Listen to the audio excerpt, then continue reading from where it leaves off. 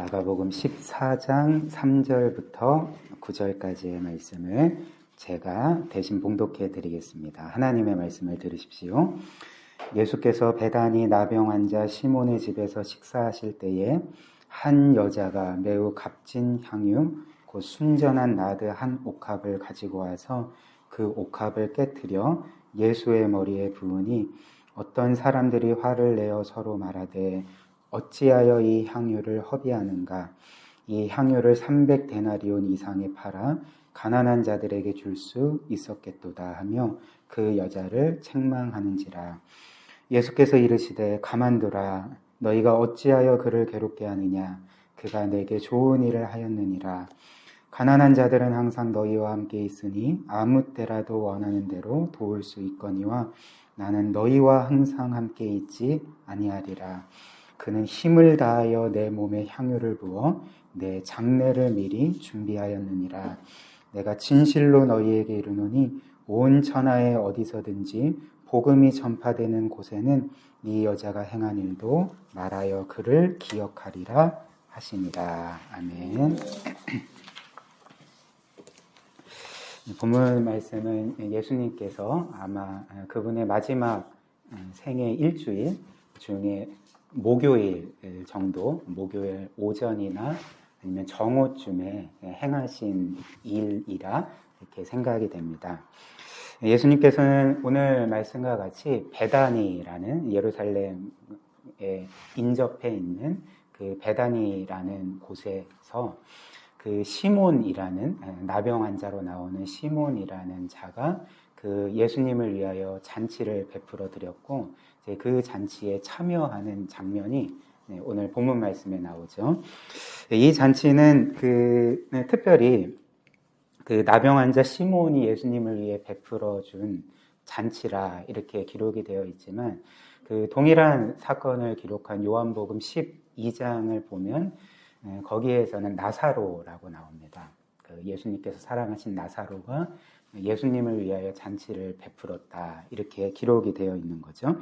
그래서 아마도 그 요한복음 12장과 또 오늘 우리가 보는 마가복음 14장의 말씀을 이렇게 종합해 보면 이 마가복음에 나오는 이 시몬이라는 사람이 아마도 나사로가 아닐까, 동일 인물이 아닐까 그렇게 합리적으로 추론을 할 수 있을 것 같습니다. 그래서 어찌됐든 이 나병 환자였던 시몬 혹은 나사로가 예수님을 위하여 잔치를 베풀어 드렸는데 왜 잔치를 베풀어 드렸을까요? 요한복음 11장을 보면 예수님께서 한 죽은 사람을 살리신 사건이 기록되어 있습니다. 그 사람이 바로 이제 예수님이 사랑하셨던 나사로였던 것이죠. 그래서 나사로는 너무나도 감사해서 너무나도 감격스러워서 예수님을 위하여 큰 잔치를 베풀어 드렸고 이제 거기에는 나사로와 또 그의 두 명의 여동생인 마르다와 또 마리아가 이제 함께 했던 것이죠. 그리고 많은 사람들이 그 잔치에 참여했을 것입니다. 그런데 이제 그때 마리아가 예수님께 나와 아주 비싼 향유를 예수님 머리에 붓고 그래서 그 향유가 예수님 온몸에 흘러내리고 발까지 이르렀습니다. 그리고 그 마리아는 예수님의 발을 정성스럽게 씻어 드렸는데 심지어 자기의 머리칼로 예수님의 발을 이렇게 닦아드렸던 것이죠.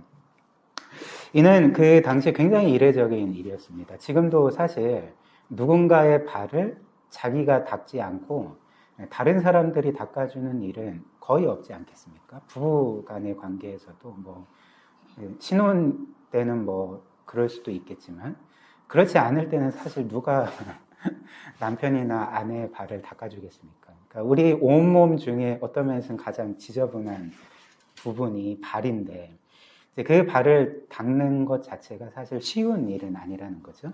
근데 그 당시에 이 누군가의 발을 닦는 것은 사실 노예나 종만이 할 수 있었던 일이었습니다. 그러니까 그들이 그렇게 주인의 발을 닦았고 그리고 심지어 그 당시에 기록을 보면 그 노예나 종들이 아무리 하찮아도 어떻게 발을 씻기기까지 하냐, 그런 일을 시키냐. 우리 이제는 종에게 그런 일은 시키지 말자. 이런 이야기가 있을 정도로 어떤 면에서는 그 사람의 자존감을 가장 낮게 만드는 일이 발을 씻는 행위였다는 것입니다. 그런데 지금 마리아가 예수님의 발을 씻어드리고 있는 거죠. 그리고 심지어 예수님의 발을 이렇게 씻어드릴 뿐만 아니라 뭐로 씻었다고 말합니까? 자기의 머리칼로 씻었다라고 말하고 있는 거죠. 지금도 여인의 그 자존감의 핵심 중에 하나가 이 머리이지 않겠습니까? 머리털이지 않겠습니까? 그래서 남성도 물론 그렇지만 여성의 경우는 자기의 머리털을 굉장히 소중하게 여기고 자기의 어떤 그 자랑으로 여기지 않겠습니까? 그런데 그것은 그 당시에도 똑같았다는 거죠. 근데 이 마리아는 예수님의 발을 씻겨드렸을 뿐만 아니라 심지어 자기의 그 소중한, 자기의 어떤 자랑일 수도 있는 그 머리칼로 예수님의 지저분한 발을 씻겨드리고 있었던 것입니다. 그리고 더 나아가 말씀드린 것처럼 이 마리아는 예수님께 향유를, 아주 비싼 향유를 부었는데 그 향유의 값이 어느 정도였냐면 오늘 본문에 기록된 것처럼 약 300데나리온의 향유였던 것이죠. 우리가 300데나리온이라고 하면 우리가 사용하는 화폐 단위가 아니기 때문에 이게 어느 정도인지 잘 체감이 되지 않겠지만 이 그 300데나리온은 어느 정도의 액수냐면 그 당시 한 사람이 하루 종일 일해서 버는 일당이 1데나리온이었습니다. 그러니까 지금으로 치면 10만 원 정도 되겠죠. 그러면 이제 300데나리온이라고 하면 어느 정도의 액수냐면 약 한 50일 정도의 안식일을 빼고 나머지 1년 꼬박 300일 정도 꼬박 일해야지 벌 수 있는 액수가, 그러니까 지금으로 따지면 1년 연봉이겠죠. 그 정도의 액수가 바로 이 300데나리온이었던 거죠. 그런데 이 마리아가 그 향유 옥합을 깨트려서 예수님께 부었던 그 총 액수가 바로 300데나리온이었던 것입니다. 그러니까 자신이 1년 동안 그렇게 수고하고 애써서 번 모든 것들을 예수님께 온전히 드렸던 것이죠. 이처럼 마리아는 자기가 할 수 있는 만큼 가장 낮은 자리에서 그리고 온 마음과 힘과 정성을 다해 예수님을 섬겨드리고 있었던 것이죠. 그렇다면 마리아는 어떻게 예수님을 위해서 이런 그 놀라운 헌신을 할 수가 있었을까? 우리는 보통 이런 생각을 하지 않겠습니까? 예수님께서 나사로와 그리고 그의 두 동생인 마르다와 마리아 중에 마리아를 가장 사랑하셨을 거야. 그래서 마리아가 이런 헌신을 했을 거야 라고 생각을 할 수 있겠지만, 그러나 본문에는 사실 예수님이 세 사람 중에 어떤 사람을 가장 사랑하셨는지, 어떤 사람에게 가장 많은 사랑을 베풀어 주셨는지 알 수 없는 거죠. 그러니까 나사로를 가장 사랑하셨는지, 혹은 마리아를 가장 사랑하셨는지, 마르다를 가장 사랑하셨는지 우리는 알 수가 없습니다. 그러나 한 가지 분명한 사실이 있는데, 마르다와 마리아와 그리고 나사로 세 사람 중에 최근에 예수님의 사랑을, 그 놀라운 사랑과 은혜를 직접 경험한 사람은 나사로였다는 것이죠. 동일한 사건을 기록한 그 요한복음 12장 전장인 요한복음 11장을 보면 어떤 사건이 기록되어 있냐면, 나사로가 그 어떤 병에 걸려서 결국 죽어버리게 됩니다. 근데 예수님께서는 그 죽었던 나사로를 다시금 살리시게 되는 것이죠. 그런데 오늘 본문 말씀처럼 이 나사로를 이 마가복음 말씀은 그 나병 환자 시몬이라고 부르지 않겠습니까? 그래서 이제 추측을 해보면 예수님께서 이 나사로를 죽은 가운데 다시금 살리시기 전에, 과거에 아마도 이 나사로가 문둥병에 나병에 걸렸을 것이고, 그래서 아마도 예수님께서 그를 이 나병으로부터 치료해 주셨으리라 그렇게 생각을 할 수가 있는데, 그렇다면 예수님은 이 나사로를 2번씩이나 구해 주셨던 것과 같다는 거죠. 2번씩이나 그의 생명을 구원해 주셨던 것과 같다는 것입니다. 그래서 어떤 면에서 이 나사로는 그 예수님의 그 사랑과 은혜가 얼마나 놀랍게 감격스럽게 다가왔겠습니까?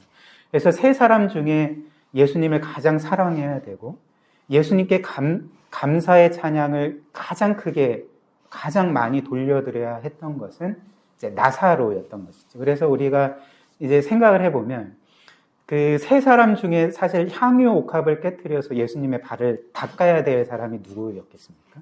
그러니까 나사로였다는 것이죠. 나사로가 그런 일을 했어야 됐는데 지금 이제 마리아가 그 일을 하고 있는 것이죠. 물론 나사로가 예수님을 사랑하지 않았느냐, 이제 그런 건 아니었습니다. 왜냐하면 나사로도 자신을 2번씩이나 구해주시고 특별히 죽은 자 가운데 자신을 다시금 살리신 예수님의 은혜가 너무나도 감사해서 이렇게 잔치를 베풀어 드리지 않았습니까? 그리고 마르다는 이제 그 잔치에서 여러 가지 음식을 하면서 또 예수님을 그렇게 귀하게 정성스럽게 섬겼던 것이죠. 그러니까 두 사람 모두 예수님을 사랑했지만 그럼에도 불구하고 그 세 남매 중에 예수님을 가장 사랑했던 것은 나사로도 아니고 마르다도 아니고 마리아였던 것이죠. 그렇다면 우리가 여기에서 한 가지 깨닫게 되는 사실이 있지 않겠습니까? 그것이 무엇이냐면 이는 우리에게도 적용되는 사실인데 우리는 늘 하나님께 놀라운 사랑을 받지만 크고 많은 사랑을 받지만 그러나 우리는 하나님께 받은 사랑에 비례해서 늘 하나님을 사랑하는 것은 아니라는 것이죠. 우리가 받은 사랑만큼 그 크기만큼 우리는 하나님을 사랑할 수도 있고 그렇지만 그렇지 않을 때도 많다는 것입니다. 물론 예수님께서 이런 말씀을 하셨거든요. 많이 용서받은 자가 많이 사랑한다. 이런 말씀을 하셨는데 그런데 이 문제를 더 깊이 생각을 해보면 우리는 두 가지 사실을 발견하게 됩니다. 그러니까 첫 번째로 우리가 교회 안에서 보면 사실 어떤 성도들은 하나님을 더 많이 사랑하는 것 같고 또 어떤 성도들은 상대적으로 덜 사랑하는 것처럼 보이지 않겠습니까? 그럼 우리는 생각하기에 하나님을 더 많이 사랑하는 사람은 하나님께 더 많이 사랑을 받았기 때문에 그런 거야. 저 권사님은 누구보다도 하나님을 더 많이 사랑하는데 그만큼 하나님께로부터 사랑을 받았기 때문에 그런 거야. 우리는 보통 이렇게 생각하지 않겠습니까? 그렇다면 내가 하나님을 저보다 덜 사랑하는 것은 내가 그만큼 사랑을 받지 못했기 때문에 그런 거야. 그건 다 하나님 책임이야. 뭐 이런 식으로도 생각할 수가 있겠죠.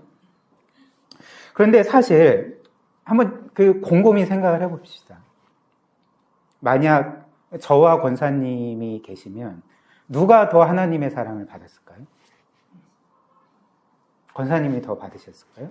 아니면 제가 더 받았을까요? 사실 우리 모두는 다 동일한 하나님의 사랑을 받았던 거죠. 왜 그럴까요? 하나님께서 우리를 구원하시기 위해 우리를 사랑하신 대가로 치르신 그 희생이 바로 예수 그리스도의 생명값이었기 때문에 그런 것이죠. 저는 예수 그리스도의 생명값만큼 사랑을 받고 여러분들은 그보다 덜한 값으로 사랑을 받은 게 아니라 우리 모두가 동일한 사랑, 그 아들을 십자가 죽음에 내어주시기까지 베풀어 주시는 무한한 사랑을 모두가 동일하게 예외 없이 똑같이 받았다는 것입니다. 그러나 제가 말씀드린 것처럼 우리는 보통 교회 안에서 어떤 사람들은 하나님께 더 큰 사랑을 받았기 때문에 저 사람은 더 많이 하나님을 사랑하고 나는 하나님께 덜 사랑을 받았기 때문에 하나님을 덜 사랑하는 거야. 이렇게 말하고 생각할 수도 있겠지만 이제 그렇지 않다는 거죠. 물론 우리가 겉보기에는 그리고 우리가 체감하기에는 나는 저 사람보다 하나님의 사랑을 덜 받은 것 같아. 혹은 나는 하나님의 사랑을 더 많이 받은 것 같아. 이렇게 느낄 수도 있겠지만 그러나 실상은 그렇지 않다는 거죠. 하나님께서 우리 모두를 용서하시고 구원하실 때 모든 이들을 예수 그리스도의 생명값으로 구원하신 거지. 그 아들을 우리를 위하여 십자가에 못 박아 죽이심으로써 그 피로 우리를 구원하신 거지. 나는 예수 그리스도의 생명값으로 구원받고 저 사람은 예수님의 생명값이 아닌 그보다 덜한 것으로 구원받은 게 아니라는 것입니다. 그러니까 결론적으로 우리 모두는 동일한 하나님의 사랑, 그것도 정말 가늠할 수 없이 그 무한한 사랑과 은혜를 받음으로써 구원받고 하나님의 자녀가 되었다는 것이 복음의 메시지가 아니겠습니까? 물론 우리는 이렇게 말할 수도 있겠죠. 나에게는, 다른 지체들에게는 있는 그 극적인 회심의 경험도 없는데, 혹은 나는 저 사람처럼 어떤 신령한 경험도 없고, 그리고 나는 저 사람보다 늦게 믿었고, 성경에 대해서도 잘 모르고, 뭐 기도도 잘 할 줄 모르고, 나는 저 사람보다 뭐 등급으로 따지면 좀 낮은 등급의 신자인 것 같아. 그런데 내가 하나님의 사랑을 똑같이 받았다고? 그런 거죠. 똑같이 받은 거죠. 아주 정확하게 모든 사람이 예수 그리스도의 그 피값으로, 그 생명값으로, 그에 해당하는 하나님의 무한한 사랑으로 사랑받고 용서받고 구원받고 하나님의 자녀가 되었다는 것입니다. 그 다음으로 우리가 또 깨닫게 되는 두 번째 사실이 있는데요. 이제 그 사실은 무엇이냐면, 우리 모두가 이렇게 하나님께 동일한 사랑, 동일하게 무한한 사랑을 받았음에도 불구하고, 이제 실제 삶에 있어서는 어떤 사람은 하나님을 더 사랑하고, 어떤 사람은 그보다 하나님을 덜 사랑하게 된다는 거죠. 그러니까 어떤 사람은 하나님을 아예 사랑하지 않게 되는 거죠. 그러니까 뭐 세 종류의 성도가 있겠죠. 굳이 구분하자면. 그렇다면 이제 질문이 뭐냐면, 왜 우리 가운데 이렇게 하나님의 동일한 사랑을 받았음에도 불구하고 어떤 사람은 하나님을 더 사랑하고, 어떤 사람은 하나님을 덜 사랑하고, 어떤 사람은 하나님을 아예 사랑하지 않을까? 왜 이런 차이가 일어날까? 그리고 본문 말씀에 등장하는 나사로와 마리아와 마르다도 예수님을 다 사랑하긴 했지만, 그럼에도 불구하고 마리아가 나사로와 마르다보다는 예수님을 더 사랑하지 않았겠습니까? 그러니까 왜 이런 일이 벌어질까? 그러니까 답이 무엇일까요? 그러니까 나사로와 마르다와 마리아가 예수님께 사랑을 받은 것은 분명했지만, 그리고 동일한 사랑을 받았지만, 그럼에도 불구하고 그 셋 중에 예수 그리스도의 사랑을 더 마음 깊이 깨닫고 확신한 자는 나사로도 마르다도 아니고 마리아였기 때문에 그렇다는 것입니다. 이런 이유로 마리아는 다른 두 사람보다 예수님을 더 사랑했고, 그리고 300데나리온에 이르는 그 향유 옥합을 전혀 아까워하지 않은 채 깨트려서 예수님의 머리에 부을 수가 있었던 것이죠. 그리고 그 당시 노예나 종이 하던 것처럼 자신을 가능한 가장 낮추어서 예수님의 발을 씻겨드리고, 심지어 자기의 그 자존감의 근원이라 할 수도 있는, 자랑이라 할 수도 있는 그 소중한 머리털로 예수님의 발을 정성스럽게 닦아드릴 수가 있었던 것입니다.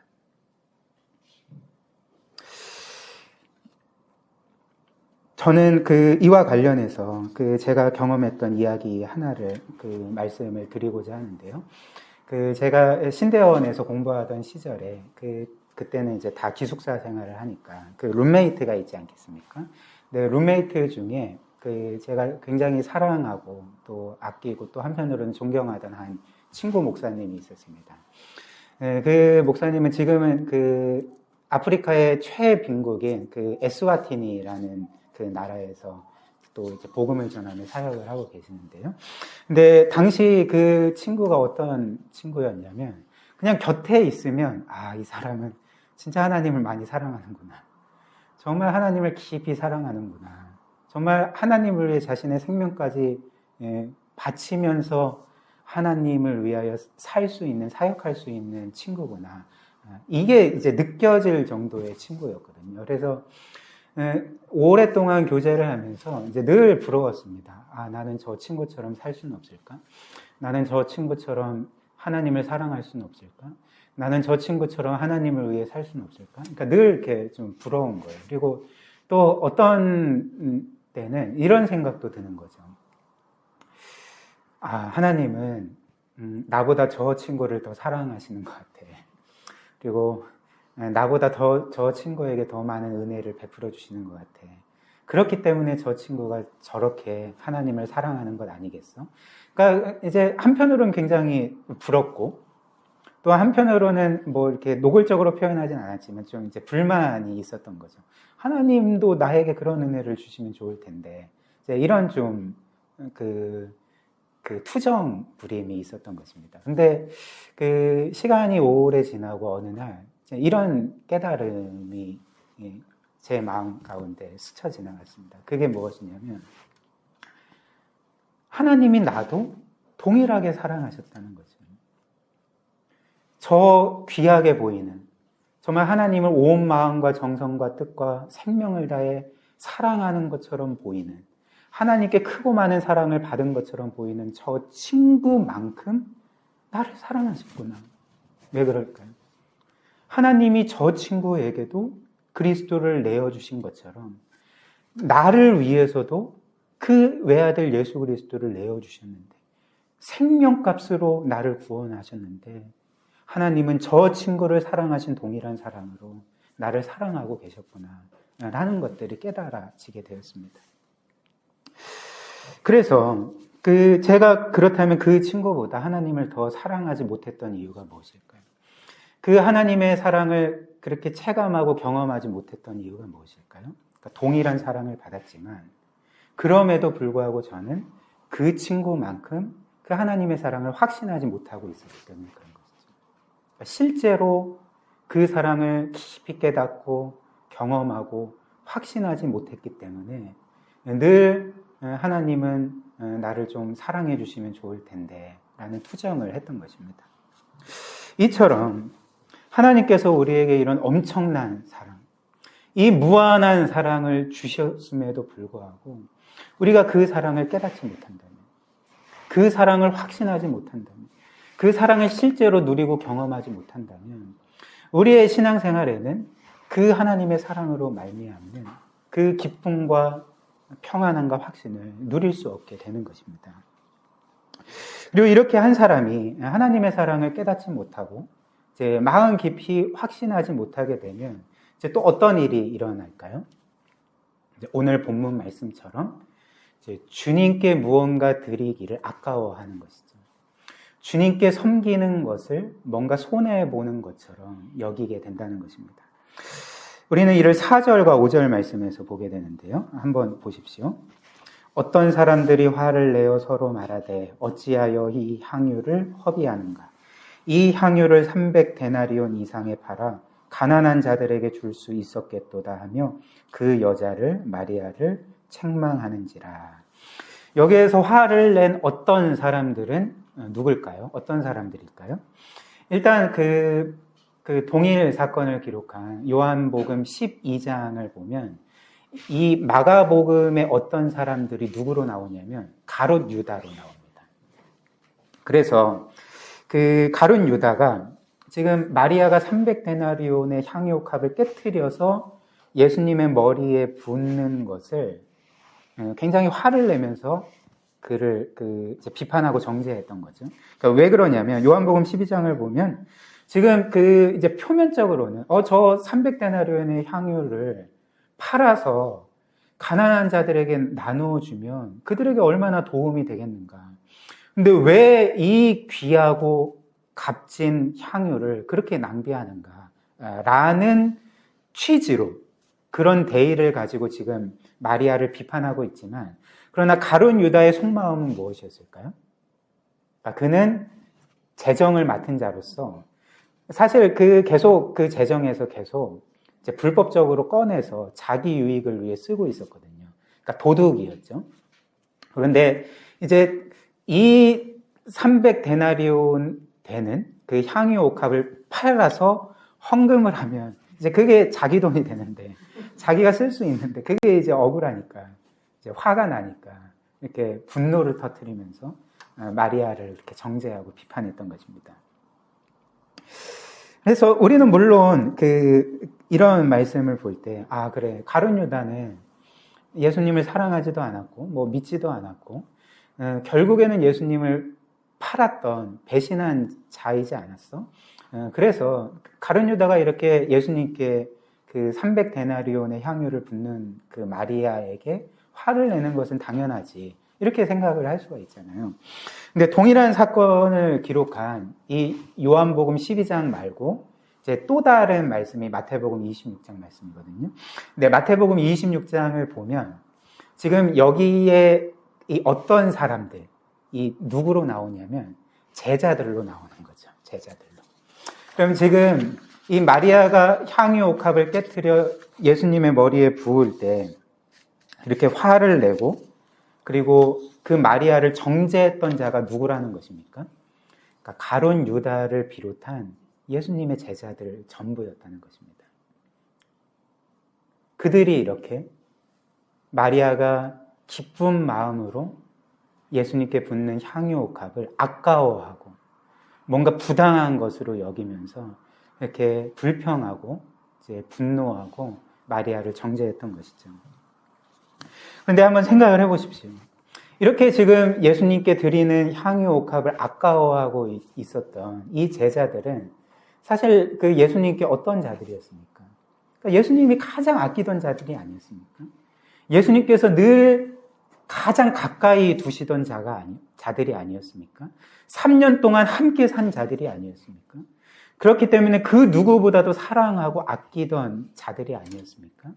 그런데 지금 이 자들이 예수님을 대하는 태도들을 보십시오.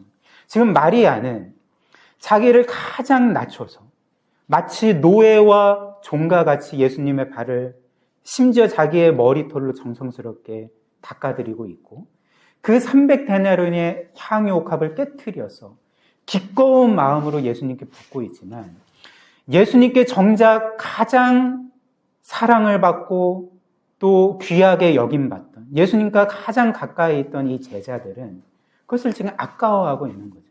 그러니까 부당한 것으로 여기고 있는 것이죠. 화를 내고 있는 것입니다. 어떻게 이런 일이 일어날까요? 그러니까 결국 우리가 살펴본 말씀대로 따지자면 지금 마리아와 제자들 중에 누가 더 예수님을 사랑했을까? 그러니까 마리아가 예수님을 더 사랑했던 거죠.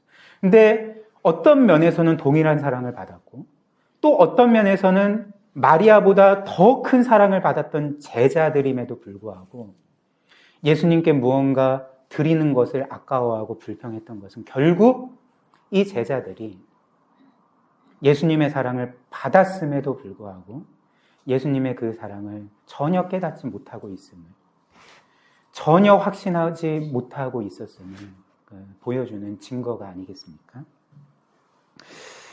우리는 여기에서 우리 모두가 하나님을 대하는 그 두 가지 방식을 보게 됩니다.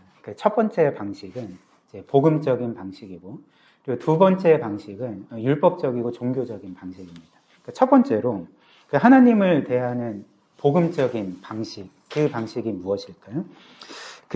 우리가 하나님을 복음적으로 대하는 것은 이제 이런 것이죠. 내가 하나님께 이런 사랑을 받았는데, 하나님께서 나와 같은 죄인을 위해 그 아들을 죽이시기까지 나를 사랑하시고, 귀하게 여기시고, 정말 한없는 무한한 은혜를 베풀어 주셨는데, 이제 나는 이 하나님께 나의 전부를 드려야 된다. 나의 모든 것은 하나님의 것이고, 나는 마땅히 그리고 기쁜 마음으로 감사하는 마음으로 하나님을 위해 살 것이다 라고 고백하며 하나님을 대하고 하나님을 위해 사는 것이 이제 복음적인 방식인 것이죠. 그리고 이것이 바로 마리아가 예수님의 발을 씻겨드리고 그 300데나리온의 향유 옥합을 깨뜨려 부을 수 있었던 이유가 아닙니까? 그것도 기꺼이 전혀 아까워하지 않고, 그리고 심지어 이런 헌신조차도 예수님이 나에게 베풀어 주신 사랑에 비해서는 아무것도 아니다. 내가 할 수만 있다면 이거보다 더 큰 것을 드릴 수가 있다. 이것이 바로 하나님을 대하는 복음적인 방식이라는 것입니다. 그렇다면 하나님을 대하는 종교적인 방식은 무엇일까요? 그러니까 이런 거죠. 나는 하나님께서 내게 지금까지 주신 것만큼 섬길 거야. 그리고 나는 하나님께서 앞으로 나에게 주실 것만큼만 섬길 거야. 그리고 그 이상은 안 돼. 나는 하나님과의 관계에서 결코 손해보면 안 돼. 나는 그 하나님과의 관계에서 늘 이득만 봐야 돼. 라고 말하면서 이제 하나님과 일종의 거래 관계를 맺으려고 하는 거죠. 이게 이제 하나님을 대하는 종교적이고 율법적인 방식인 것입니다. 따라서 이런 사람이 자신이 하나님께 받은 사랑이 별로 없다고 생각되면, 하나님이 나에게 베풀어 주신 것이 별로 없다고 생각하면 이 사람은 결코 하나님을 사랑할 수도 없고, 그리고 하나님께 뭔가를 드린다 할지라도 하나님이 주신 것 이상으로 하나님을 사랑하거나 섬기거나 드릴 수가 없게 된다는 것이죠. 그리고 오히려 그 이상을 요구받으면 어떻게 되겠습니까? 그러니까 부당한 것으로 여기게 되는 거죠. 하나님은 나에게 준 것도 없는데 왜 이렇게 많은 것들을 요구하시지?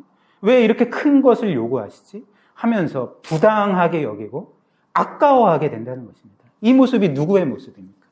그러니까 지금 제자들의 모습이 지금 이런 모습이 아니겠습니까? 이것이 바로 가룟 유다를 비롯한 예수님의 제자들이 그 300데나리온의 향유 옥합을 예수님께 깨트린 것을 아까워한 이유였고, 그리고 이제 그 몇 시간 후에 예수님께서 잡히셨을 때 모두가 예수님을 배신하고 도망간 이유였던 것이죠. 제자들이 예수님을 왜 버렸습니까? 왜 도망갔습니까? 왜 배신했습니까? 그러니까 제자들의 생각에, 제자들의 판단에 이제 이런 판단이 들었던 것이죠. 우리가 지금까지 예수님께서 이스라엘의 왕이 되시면 우리가 한 자리 차지하려고 예수님을 따랐는데, 지금 예수님께서 사로잡히시고 이제 예수님이 죽으실지도 모르는데 계속 예수님을 따르다가는 지금 우리가 손해보게 생겼다. 우리가 큰일 나게 생겼다. 지금 이건 이해타산에 맞지 않는 어리석은 행동이다. 라고 판단해서 모든 이들이 예수님을 버리고 도망갔던 것입니다. 사랑하는 우리 귀한 성도 여러분, 우리는 지금 어떤 신앙생활을 하고 있습니까? 여러분들은 어떤 신앙생활을 하고 계십니까? 복음으로 말미암아 하나님을 사랑함으로, 하나님께 감사함으로, 하나님이 그분의 전부를 나에게 주셨기 때문에 나의 전부도 하나님께 속했습니다. 마땅히 하나님께 드려야 됩니다. 라고 하며 하나님을 대하고 또 예배하고 섬기고 계십니까? 아니면 종교적인 방식으로 나는 하나님께서 주신 것만큼 드린다. 그리고 앞으로 주실 것만큼 나는 하나님께 드린다. 그 이상은 손해보는 짓은 안 한다. 그리고 뭔가 아깝게 느껴지는 일은 안 한다. 라고 여기면서 그렇게 하나님을 대하고 있지는 않습니까? 그래서 뭔가 하나님을 섬기고 하나님께 드리는 것을 아까워하거나 손해보는 일처럼 여기거나 부당한 일처럼 여기고 있지는 않습니까? 그렇다면 우리는 어떻게 해야 될까요? 우리는 어떻게 하면 하나님을 진정으로 사랑하는 삶을 살아갈 수가 있겠습니까? 저는 이에 대해서 여러분들에게 두 가지를 말씀드리고자 합니다. 첫 번째는 이제 우리가 해야 될 일이고요. 우리가 해야 될 일. 그러니까 하나님을 사랑하는 삶을 살기 위해서 첫 번째는 우리가 해야 될 일이고, 두 번째는 우리가 하나님께 구해야 될 일입니다. 그러니까 두 가지를 적용하며 마무리로 살펴보도록 하겠습니다. 첫 번째로 하나님을 사랑하는 삶을 살기 위해서 우리가 해야 될 일은 가장 기본적인 경건 생활에 충실하는 일인 것이죠. 쉽게 말씀드리면 매일 기도와 말씀 생활에 충실하는 것입니다. 물론 여러분들은 이 말을 듣고 좀 좀 싱겁게 반응할지도 모르겠습니다. 경건 생활에 충실하라고? 기도와 말씀에 충실하라고? 그거는 내가 지금까지 수도 없이 귀가 아프게 들었던 일인데 그 정도는 나도 안다고. 그리고 지금까지 내가 기도도 하고 말씀 생활도 해봤는데 전혀 내 마음에는 하나님을 사랑하는 마음이 들지 않던데 정말 이게 효과가 있나? 약효가 있는 건가? 이런 반문을 노골적으로는 아니더라도 이제 마음속으로는 할 수 있지 않겠습니까? 우리 윤재가 고개를 끄덕거렸는데 그런가 봐요. 네. 근데 한번 진지하게, 정말 마음속 깊이 진지하게 한번 생각을 해보십시오. 만약 우리가 가장 기본적인 경건 생활을 등한시하고, 그리고 우리가 하나님과 교제하는, 하나님을 알아가는 기도 생활과 말씀 생활을 전혀 하지 않는 삶을 산다면, 우리가 이처럼 하나님께 나아가는 것에 별 관심이 없고, 그리고 하나님과 교제하는 것에도 별 관심이 없고, 아예 그냥 하나님 자체를 중요하게 여기지 않는다면 과연 우리 안에 하나님을 향한 사랑의 마음이 생길 수가 있겠습니까? 과연 우리가 그런 가운데 하나님을 사랑할 수가 있을까요? 그 하나님의 사랑에 사로잡혀 그 사랑의 불길에 사로잡혀 살아갈 수가 있겠습니까? 결국 그렇지가 않는 것이죠. 그런 일이 일어날 수가 없다는 것입니다. 역사상 가장 기본적인 이 경건 생활, 기도와 말씀 생활에 충실하지 않는데, 전혀 관심이 없는데, 하나님과의 교제도, 하나님께 나아가는 일도, 하나님 자체를 별로 신경 쓰지 않고, 그리고 별로 가치 없게 여기는데도 불구하고, 그런 사람이 하나님의 사랑에 불타오른 적은 단 한 번도 없다는 것입니다. 역사상 그런 일은 전혀 없다는 것이죠. 오히려 역사상 하나님을 정말 진심으로 온 마음과 정성을 다해 사랑했던 성도들을 한번 기억해 보십시오. 그 성도들이 어떤 성도들이었을까요? 그러니까 하나같이 가장 기본적인 경건 생활에 충실했던 사람들이 아니었겠습니까? 늘 기도와 말씀 생활에 충실하며 늘 하나님을 갈망하고 하나님께 나아가고자 하고 그 하나님과의 교제를 그 어떤 것보다도 원하면서 늘 기도의 자리로, 말씀의 자리로 나아갔던 자들이 이제 그 사람들이 아니었겠습니까? 그러니까 그들은 하나님을 가장 사랑함과 동시에 끊임없이 하나님께 대한 갈망을 가지고 하나님을 찾고 구했던 자들이었다는 거죠. 역사상 가장 뛰어난 교부라고 불리는 아우구스티누스라는 사람이 있습니다. 성 어거스틴이라고도 불리죠. 이제 그분이 했던 말 중에 이런 말이 있습니다. 제가 읽어드리겠습니다. 아무도 자신을 부풀리지 말라. 사람은 스스로만 보면 사탄이다. 와, 어떻게 우리를 사탄이라고 하지? 그러니까 지금 어떤 면에서는 굉장히 좀 충격적인 말을 하지 않습니까? 사람은 스스로만 보면 사탄이다. 사람이 가진 은총은 오로지 하나님께로부터 오는 것이다. 따라서 죄 외에 당신이 가진 것이 과연 무엇인가? 지금 어거스틴이 우리에게 하고 싶은 말이 무엇입니까? 그 요점이 무엇입니까?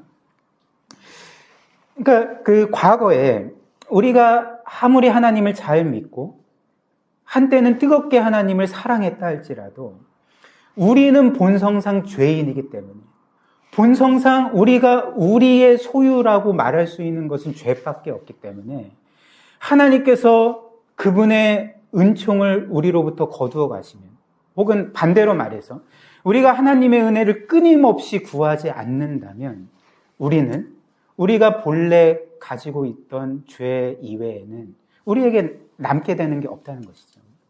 그래서 어거스틴이 말하는 것처럼 우리는 그렇게 되면 이제 사탄과 방불한, 마귀와 방불한 삶을 살아갈 수밖에 없게 된다는 것입니다. 여러분들에게 좀 심하게 들릴 수도 있겠지만 이게 사실인 것이죠. 성경이 우리에게 말씀하는 바라는 것이죠. 우리가 역사상 가장 뛰어난 성도 중에 한 사람을 꼽으라면 누구를 꼽을 수가 있을까요? 여러분들은 역사상 이 세상을 살았던 가장 경건한 성도를 한 사람 꼽으라면 어떤 분을 꼽으시겠습니까? 아마 사도 바울을 꼽을 수 있지 않겠습니까? 근데 한번 생각을 해보십시오. 그토록 하나님을 사랑했던, 그토록 하나님을 위해서 정말 끝도 없는 열심을 가지고 하나님을 위해 살았던, 그리고 마지막에는 결국 로마 원형 경기장에서 그렇게 목이 잘려 순교의 순간을 맞이하기까지 그 그리스도를 사랑하여서 헌신했던 사도 바울 이 사람이 만약에 어느 때부턴가 전혀 기도도 하지 않고 전혀 말씀을 읽거나 묵상하지도 않고 그리고 어느 때부턴가 그렇게 전혀 하나님이 없는 것처럼 하나님과 전혀 상관없는 것처럼 살아갔다면 과연 그는 어떻게 되었을까요? 여전히 계속 하나님을 사랑했을까요? 여전히 계속 하나님을 향한 그 뜨거운 열심을 가지고 선교 사역을 감당할 수 있었을까요? 그렇지 않습니다. 사도 바울도 우리와 똑같은 모든 면에서 똑같은 본성상 죄인이기 때문에 끊임없이 계속 하나님의 은혜를 구하지 않는다면, 하나님께로 나아가지 않는다면 그 또한 그의 마음 가운데 하나님의 사랑이 사라져버릴 것이고, 결국 언제 하나님을 사랑한 적이 있었냐 듯이 그렇게 하나님 없는 삶을 살아갈 수밖에 없지 않겠습니까? 이런 이유로 우리는 끊임없이 기도의 자리로 나아가야 되고, 말씀의 자리로 나아가야 되고, 가장 기본적인 경건 생활에 충실해야 한다는 것입니다. 이게 가장 기본이라는 것이죠. 이것 외에 어떤 방법이 있겠습니까? 한번 생각을 해보십시오. 내가 하나님의 사랑을 경험할 수 있는 방법, 내가 하나님을 그렇게 사랑할 수 있는 방법이 과연 기도와 말씀과 예배 외에 무엇이 있겠습니까? 그러니까 하나님께서 우리에게 주신 이 은혜의 수단에 충실한 삶을 살아야 한다는 것입니다. 무엇보다도 우리는 이 기도와 말씀 가운데 우리가 가장 행해야 될 일이 무엇이냐면, 이 하나님의 사랑을 그리스도 안에서 찾아야 된다는 것이죠. 우리는 보통 하나님의 사랑을 찾고 확인하려고 할 때 보통 이런 식으로 그 사랑을 찾고 확인하려고 하지 않겠습니까? 즉, 하나님께서 내가 원하는 것을 주시는지 주시지 않는지, 혹은 나의 인생이 나의 뜻대로 되는지 되지 않는지에서 하나님의 사랑을 찾고 확인하려고 한다는 것입니다. 그래서 하나님께서 내가 원하는 것을 주시지 않으면, 아, 그래, 하나님은 나를 사랑하시지 않지. 그래, 전부터 알았어. 이렇게 반응할 거고, 그리고 내가 원하는 것을 주시면, 와, 하나님은 나를 사랑하시는구나. 이렇게 반응하는 거죠. 혹은 내가 나의 뜻대로 내 인생이 되면, 아, 그래, 하나님은 나를 사랑하시는구나. 혹은 내 뜻대로 내 인생이 되지 않으면, 그래, 하나님은 나를 사랑하시지 않지. 하나님의 사랑이라는 게 어디 있어? 이런 식으로 반응하지 않습니까? 그러나 제가 여러분들에게 말씀드린 것처럼 결국 그렇지 않죠. 일단은 한번 생각을 해보십시오. 우리는 우리가 원하는 것이 늘 좋은 것이라 생각을 하지만, 실제로 우리가 원하는 것이 늘 우리에게 좋습니까? 우리는 정말 우리에게 가장 좋은 것을 정확히 알고 있습니까? 그렇지 않습니다.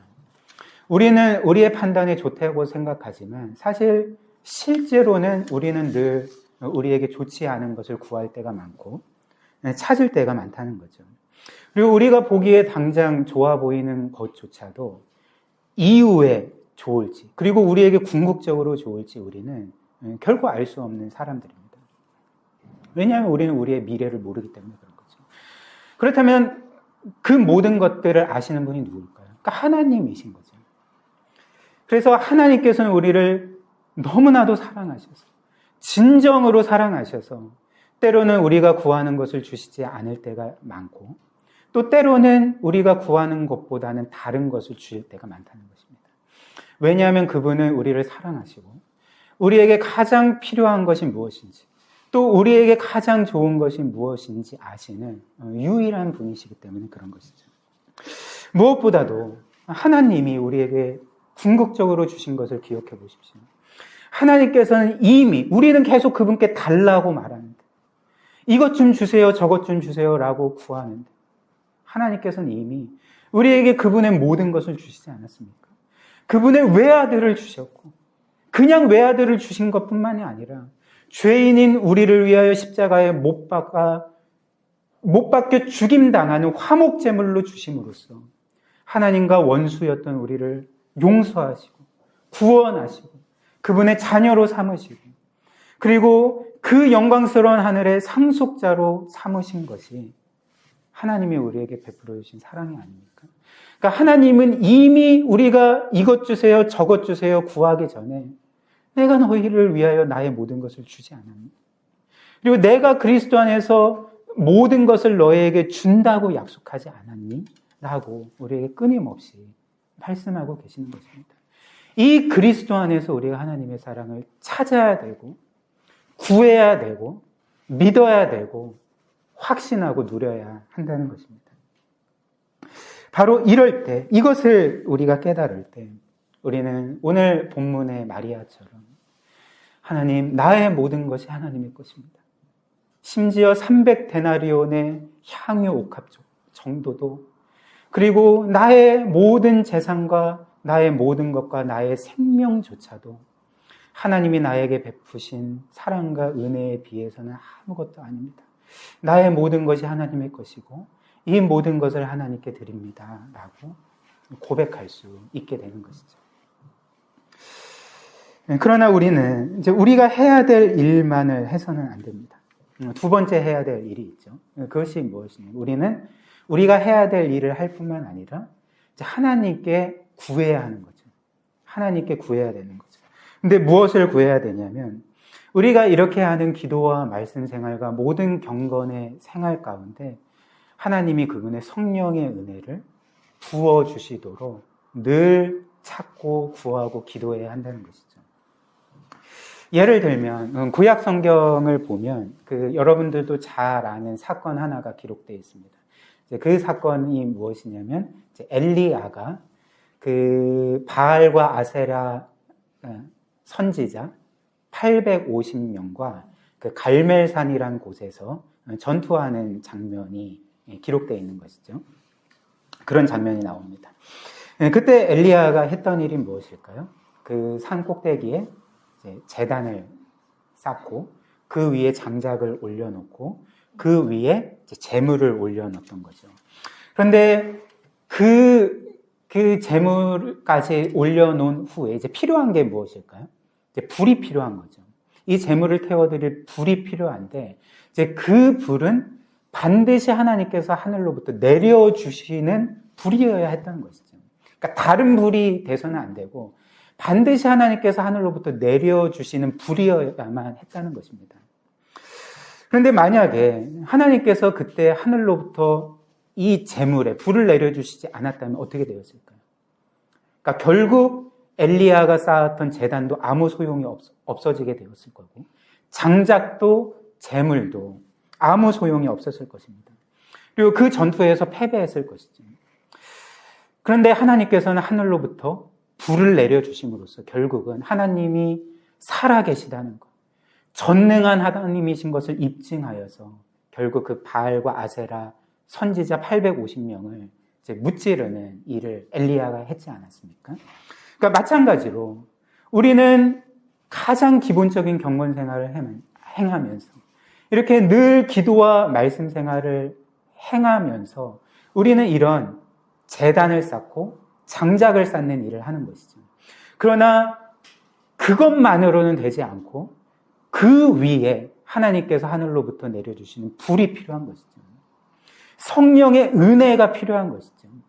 그 위에 우리의 기도와 말씀 생활에 하나님의 성령의 기름 부음과 은혜가 부어질 때, 임할 때에만이 우리는 더 하나님을 알아가게 되고 그 하나님을 경험할 수 있게 되고 그 사랑을 단지 머리로만 교리로만 아는 것이 아니라 그 마음을 우리 마음과 영혼 깊숙한 곳으로부터 정말 진정으로 깨닫고 경험할 수 있게 되어서 결국에는 하나님을 사랑할 수 있는 삶, 그리고 그 사랑함으로 하나님을 기뻐하며 순종할 수 있는 삶을 살아갈 수가 있게 되는 것입니다. 그렇게 할 때 이번 한 해 우리는 하나님을 더 알아갈 수 있게 될 것이고 그 하나님을 더 사랑할 수 있게 될 것이고 정말 순종의 기쁨이 어떤 것인지를 깨닫게 될 것입니다. 이번 한 해 이런 귀한 은혜가 우리 사랑하는 모든 지체들에게 풍성히 있기를, 정말 1년 내내 이런 은혜들이 우리의 삶 곳곳에 역사하기를 주님의 이름으로 축복합니다.